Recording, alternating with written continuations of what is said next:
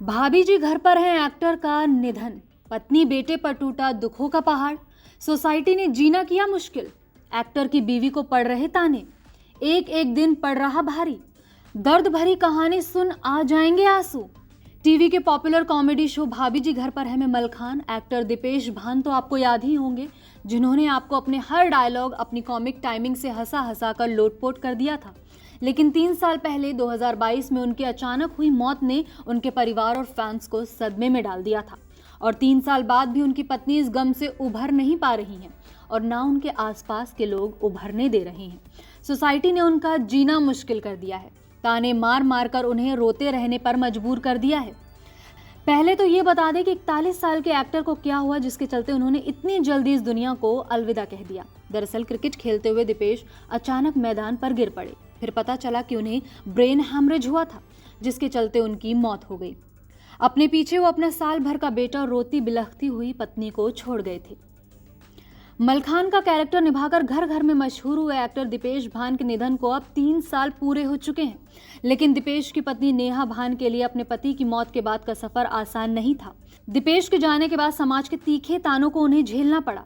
नेहा की कहानी सुनकर आपकी आंखों में आंसू आ जाएंगे। एक्टर की अचानक हुई मौत से न सिर्फ टीवी इंडस्ट्री को गहरा सदमा लगा, बल्कि उनकी पत्नी नेहा भान और उस वक्त उनके 1 साल के मासूम बेटे पर तो जैसे दुखों का पहाड़ टूट पड़ा था। दीपेश के जाने के बाद नेहा के पास कोई सहारा नहीं था और उन्हें अपने नन्हे बेटे के भविष्य की चिंता सताने लगी थी। दीपेश के जाने के बाद उनकी पत्नी नेहा भान को मुश्किल दौर से गुजरना पड़ा।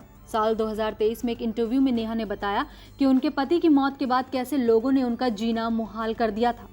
नेहा ने खुलासा किया कि समाज ने उन्हें दुख मनाने का भी अधिकार नहीं दिया।